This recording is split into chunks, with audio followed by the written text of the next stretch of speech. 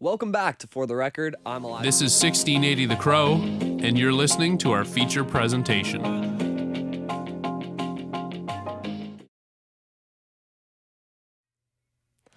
Welcome back to For the Record. I'm Elijah Ford.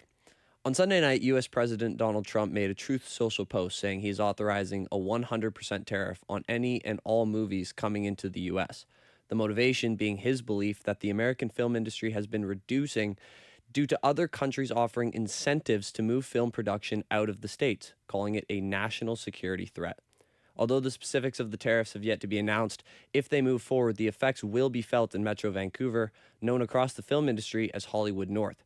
Prominent Vancouver actor Dylan Kingwell has starred in shows such as The Good Doctor, A Series of Unfortunate Events, and Ruby in the Well, which we have a clip from now. Yeah? Well, you know what? If she cares for me so much, why doesn't she just tell me? It's like I can't handle the truth. Maybe she's still trying to protect you. Overprotect me, you mean? It's like I'm 8 years old. I got the chance to speak with Dylan to get his immediate reaction to the tariff announcement and the consequences they may have for his and countless others' careers. Welcome to For the Record at BCIT News. I'm here with prospecting actor from Vancouver, Dylan Kingwell. Dylan, how are you doing today? Doing very well, thank you. How about yourself? Oh, just fantastic. So I just want to start with you quickly. I know you've been in this industry for a very long time, probably since you can remember. Just where does your passion as an actor come from, and what are some of the most memorable moments you've had in your career so far? Yeah, so like you said, I started acting when I was 4 years old, which is, literally as long as I can remember. And because it started so young and was just something that was always there, I never really took the time to sort of delve into it in my head as to why I loved it so much. And then there was a moment when I was 14. I was on a show called The Good Doctor at the time. And I remember being on set and just watching them set up a scene. And it was a scene where I was going to be talking to the main character of the show, and he was going to start crying after seeing me because I was actually his younger brother who had passed away. And I was just a vision in his mind, and just thinking of how that was going to influence people who had lost loved ones and stuff like that made me realize, what you can do with acting and the emotions that you can bring upon people. And so that's why I love the art. And in terms of the job itself, I'm super social, as you know, being one of my friends, and getting to work and collaborate with a whole group of people with this common goal is just one of the most beautiful things about life. In terms of memorable moments, I had the honor of playing young Superman in Superman and Lois for the CW, which was fantastic because obviously that's a pretty short list of people ever who can say that they have been Superman. So that was amazing. And I had a show in Toronto for 3 years, and that was also just a huge honor and privilege to get to, at a young age, experience living in a different city. So yeah, those would probably be the first two things that come to my mind. Yeah, I think that's really well said. So we talked about the fact that you have a lot of passion for this industry and what it can bring to so many people. So I have to ask you, what was your initial reaction when you saw the news of the tariffs come down? I guess it would be last night. Yeah, it's definitely scary to Canadian performers, directors, aspiring performers, directors, producers, writers, everyone. Obviously, we rely a great deal on the American side of the industry. Canada has long been one of the front runners in offering tax rebates and other sorts of credits and incentives to bring American productions up here. And it's been one of the driving factors behind the success of the film industry in Canada for a long time. So yeah, the idea of a 100% tariff, aside from the fact that, he hasn't even specified on what it would be. Would it be a tariff on box office earnings, on budget, on actual production costs? There's no clear answers out there. When you add that into the fact that there's been several times before where President Trump has announced tariffs and then, circled back and not done them and done them again, it's a very confusing time. It's a scary time for everyone.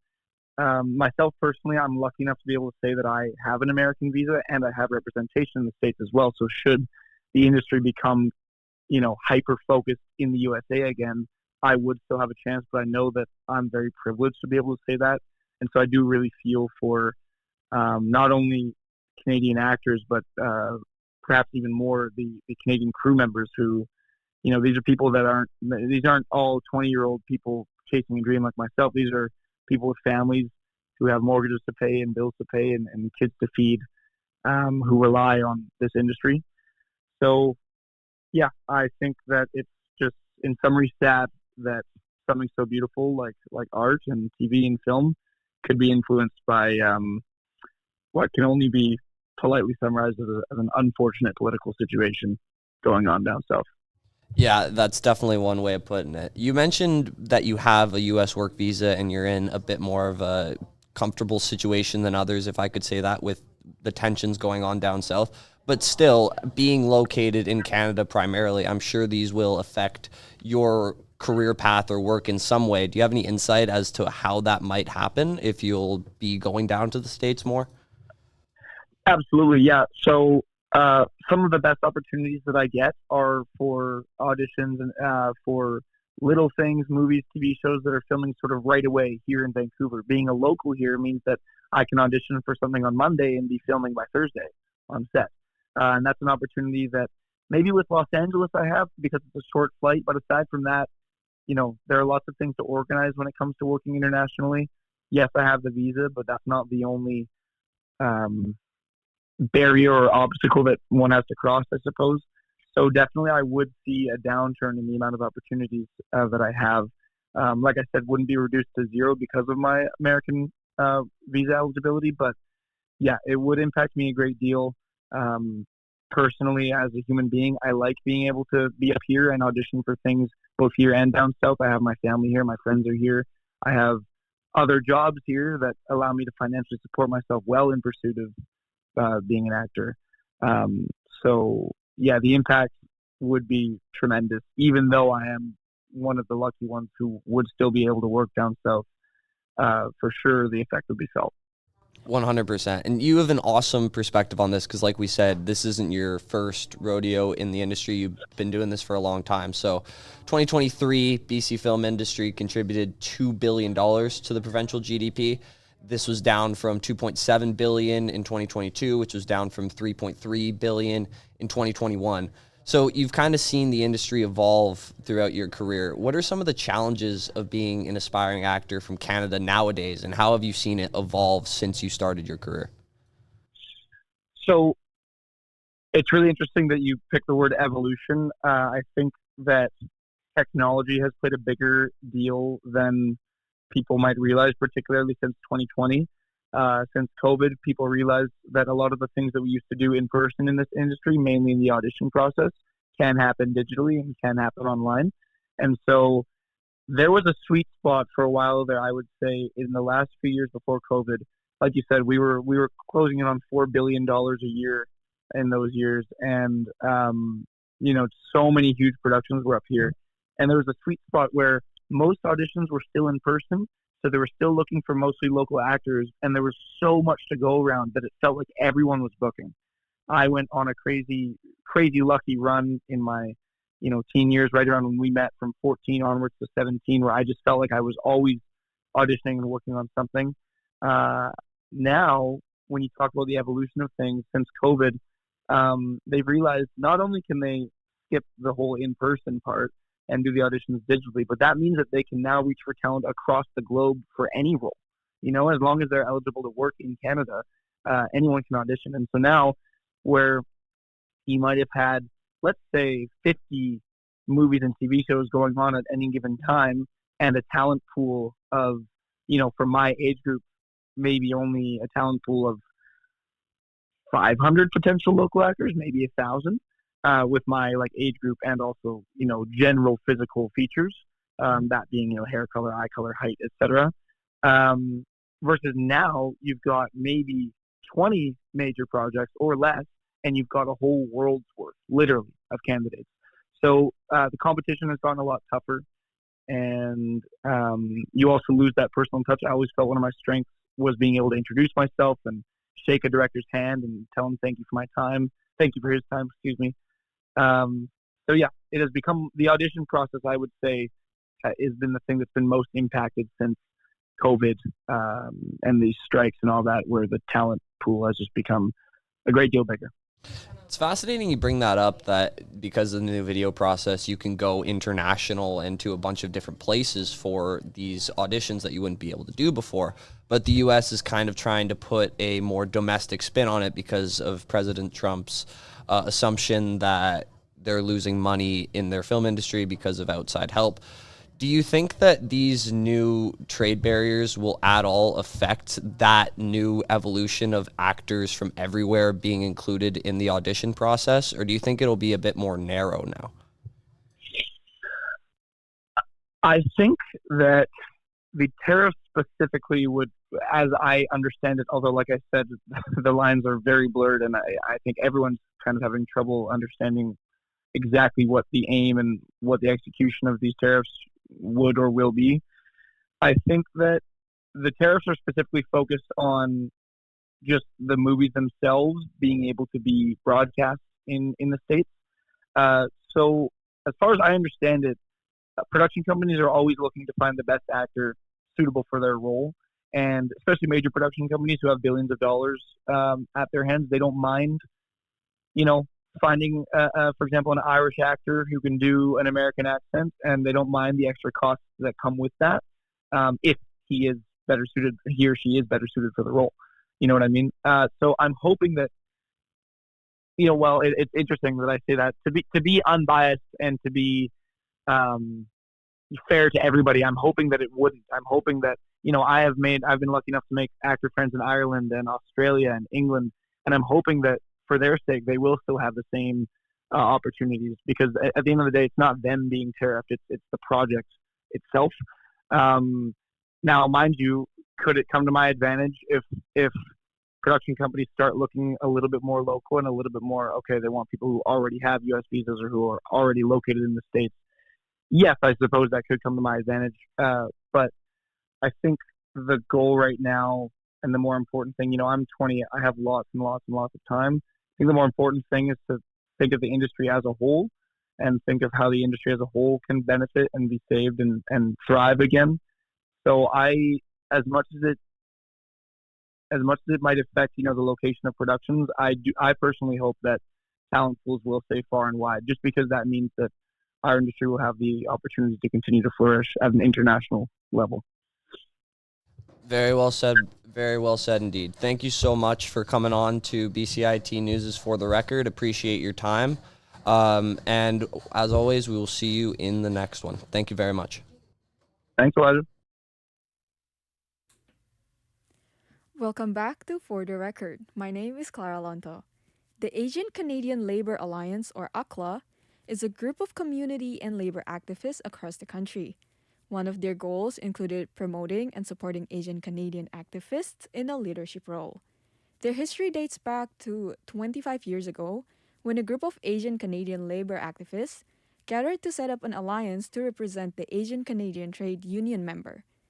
ACLA is the product of that discussion. They currently have 2 branches, one in BC and one in Ontario. As May is the Asian Heritage Month, ACLA is hosting events throughout the month as a way to support and educate people on workers' rights. I talked with Monica Uridia, who is a core member of ACLA, about the importance of Asian Heritage Month, the history of Asians in Canada, and what the recent tragedy means to the Asian community. Here's our conversation. So, it's Asian Heritage Month. Why is it important to celebrate the Asian Heritage Month in Canada? I think for the Asian Canadian Labour Alliance, it's also related back to our goals. A lot of the things that we do is to really help develop an Asian Canadian labor identity. And so our members who are self-identified as Asian Canadians, workers in BC, and they don't have to be in a union. They could be either unionized or non-unionized. And a lot of folks, even if they're unionized, are not very active in their own unions. So we try to do a lot of that. We encourage and support them to participate more fully in their unions, in their communities on issues that are important to us and that affect the communities on a wide scale. Obviously things like racism, both systemic and direct or personal racism. So in terms of why it's important for folks to continue to work on Asian Heritage Month is not only to recognize the contributions that Asians have brought to these lands, but also their ongoing challenges and struggles that they need solidarity and support for. Okay, and if you don't mind me asking, how big is the Asian community in BC? Yeah, it's, even the term Asian is, quite encompassing. I mean, Asia itself is like a large continent. So there's, it's harder to say, but what you can really tell from British Columbia is that the two largest Asian communities are the Chinese community and the South Asian community. I think in the last census, I want to say, the Chinese population in British Columbia was more than 10% of British Columbia. So it's a significant portion, right? And so, that and then plus all of the other Asian communities that we organize around, it's quite a large portion and a growing portion of the British Columbia population. Okay, I see. Can you tell us about the history of Asian workers coming to Canada? Yeah, it's interesting when you say about the history of Asian workers coming to Canada, because of course, for those who want to look into the history of these lands, even before it became Canada, there were already Asian workers coming in various forms, right? I think some of the ones that are more well known because of the work that those communities have done to appreciate that heritage are things like the railroad workers, right? So that the Chinese workers in terms of that. But it's also important to see about how Canada then responded to that when they introduced things like the Chinese head tax, right? So there's been a variety of different ways that Asian communities have come, either doing things like the railroad or in the canneries or in the fishing industry, like in, Steveston and Richmond has a very rich history of the Japanese fisher folks and things like this. And so it's one of the things that in our workshops that I think I get to speak about a little bit later, that we review to help continue to appreciate that history, and all the way up to including the present, right? So also in the history for South Asian workers, a lot were in the farming. That's really important in British Columbia, for example, and in other parts of the country, and even in terms of healthcare and care for children and the disabled. You have a lot of the Filipino community in terms of caregiving work. So there's a long-standing history even before this became a country and up to now. Okay, I see. And we just briefly talked about the history. It's 2025 now. How is life better than before for the Asian community? Yeah, I think when you try to say how is life better now in 2025, one of the things that I think I would say is that it's important that the struggles over the last several years and even, the last couple of decades have brought to light the challenges of the Asian community. And so there have been some gains in recognition about fighting against racism systemically and personal forms of racism, trying to do some of that recognition work around the economic and social contributions the communities have brought to Canada. But on the other hand, we're still fighting those things, right? So as I said a bit earlier, like the reason that in BC that ACLA got a bit more re-involved was because 5 years ago was when we were at the beginning of the pandemic, and there's a widespread anti-Asian antics that were happening specifically here in Vancouver. And so there was a group of us that said that, there was a need again to have the Asian Canadian Labour Alliance be more involved in the community and the workplaces, because, we're also in a lot of the healthcare facilities and things like this that were the first responders that were also experiencing some of that firsthand racism. So there has been progress. I don't want to detract from that, but there's also that need for continued struggle and support to ensure that the gains that have been made don't fall back, and that there are further gains that are needed for full recognition. A lot of things like professional credentials for those who are coming from out of the country, and the different things when we have a labor need in this country. Okay, I see. So I know that you guys have like an event coming up on, I believe, May 17. Can you tell me more about the event, the Confronting Anti-Asian Oppression in Canada, and like Asian Heritage Month social. Can you briefly talk about that? Yeah, this has been ACLA and BC has been doing a workshop series that with the support of the Canadian Race Relations Foundation. So we first want to start off by sharing our appreciation for that. And to end off our series on May 17th, we have a couple of activities. One, which is that workshop that you're talking about, confronting anti-Asian oppression in Canada. Because as we talked about earlier, it's still a very valid issue to be struggling against. So this will give Asian Canadians an opportunity to talk a little bit about their own experiences, stories about the history of Asian Canadian workers in the country, trying to dispel some myths around what's expected of Asians and stereotypes that Asians face, and then more importantly, coming together as ACLA in terms of what would we want to do collectively together to help, really confront that anti-Asian oppression. And because not everybody is always into only workshops, but we think it would be still a really good one. After that, then we also have a more social activity for our folks. And so in the evening, what we'll be doing is that we'll have different things on like Asian Heritage Month trivia, some getting to know you type games. And this really helps to build a community amongst Asian Canadian workers, again, unionized or not unionized. To help not only build that community, but also build their understanding of what some of our current issues are. And more importantly, that there's an organization like ACLA where they can do something about it collectively. Okay, thank you for that. And you're talking about building community and stuff. I want to talk briefly about what happened last week, I believe, about the Lapu-Lapu Festival. What impact has this tragedy had on the Asian community? Yeah, I think when we talk about the impact of tragedies, especially the tragedy in terms of the what happened at the Lapu-Lapu Festival, it's not that we can speak on behalf of the entire Asian community, but what for us in the Asian Canadian Labor Alliance, we continue to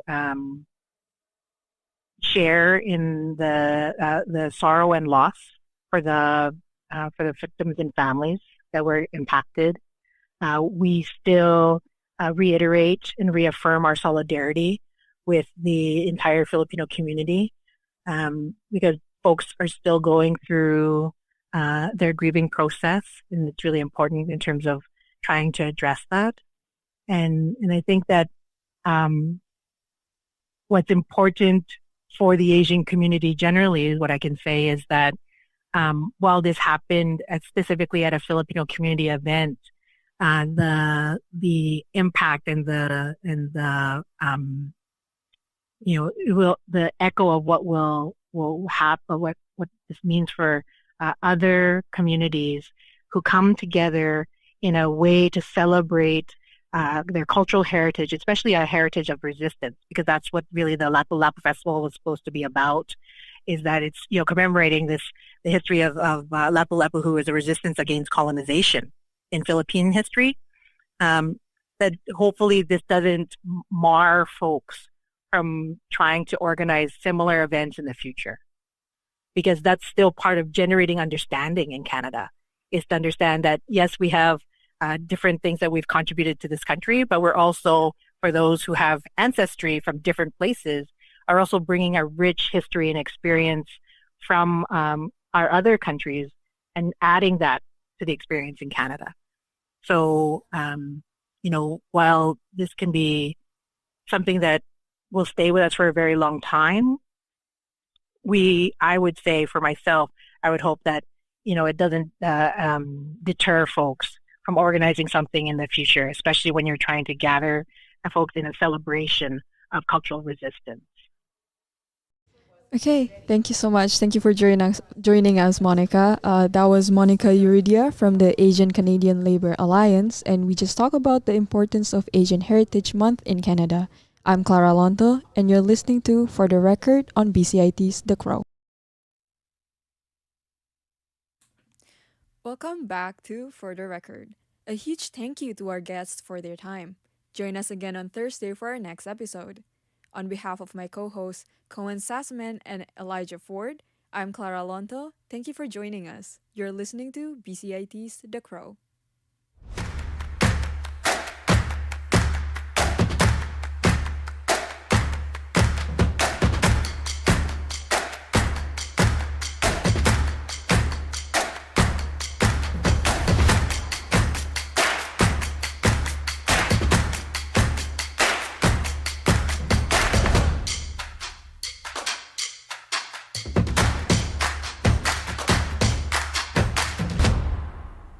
Everything is changing to digital. Everything is online. People aren't just waiting for the 6 o'clock news anymore. People want their news right now. They want to be able to go onto their smartphone, onto the internet, and see the news that they want to see. Vancouver is growing at, a really rapid rate, the Lower Mainland even, and with the tools that we're given here, we're able to cover all of that.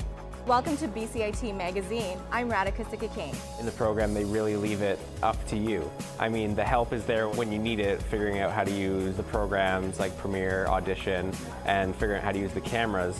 But it's up to you to sort of experiment and figure out what you can do when you go out in the field. They brought candles and flowers to remember the student who lost her life yesterday. Theresa May says the international community condemns Moscow. They really make sure that you know the basics and you are able to put out a quality product. I'm Brady Tretanero. And I'm Radhika Sikakane. Thank you for tuning in to BCIT Magazine.